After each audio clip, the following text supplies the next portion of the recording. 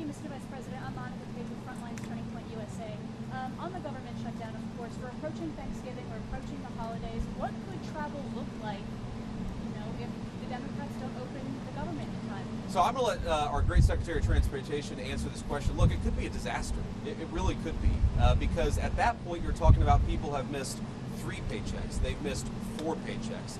How many of them are not going to show up for work? You take the TSA lines that are already too long, even right now, and say half of those people don't show up for work.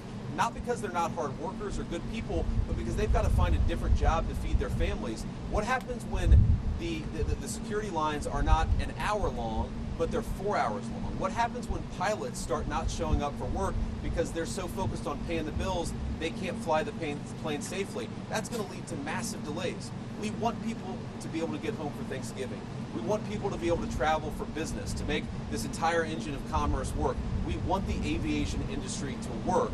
It's not going to work unless the Democrats reopen the government. These guys are doing heroic things to make it work as well as it possibly can, but every single person that I talk to a word, they are worried that the delays are going to reach a point where it makes it very, very hard for the American people to fly. So to answer your question, our traffic will be snarling, but it'll be a disaster in aviation.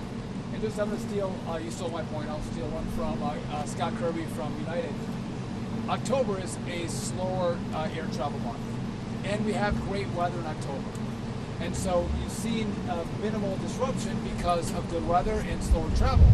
But as we go into November, travel picks up as people start to look at going to see their families. Kids come home from college. And if you don't have air traffic controllers who are being paid, they may want to stay on the job, but they cannot. They're going to have to go take a second job, and you're going to have mass issues throughout the airspace. People will not be able to go from one place to the other because of the government shutdown. And I hope Democrats don't take it to that point. Mr. Vice President.